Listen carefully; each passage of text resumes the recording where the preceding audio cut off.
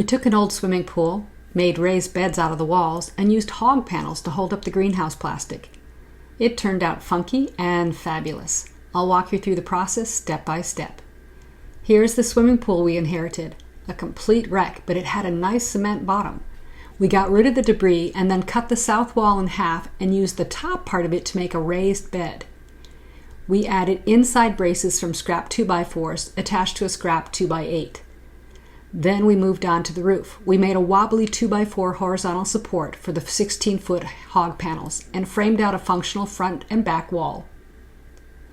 I started filling the beds with a layer of weeds and branches, then added a layer of windfall apples from the orchard and topped that with mule manure. The final layer was topsoil. Ollas with bottles were added for irrigation. To fasten the plastic, we attached greenhouse spring wire and lock channels to the wood, added front and back door and the side walls. At the end of December, the plants went in, and I couldn't resist a $400 hot tub from Costco. I thought it might keep things warmer in there, but it didn't. We got a snow, after the last frost date, of course. But inside, the plants were thriving.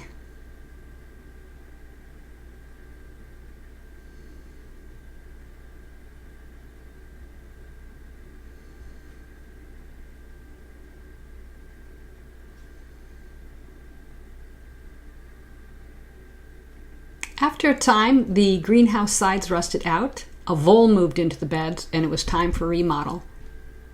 Subscribe if you'd like to see the next transformation.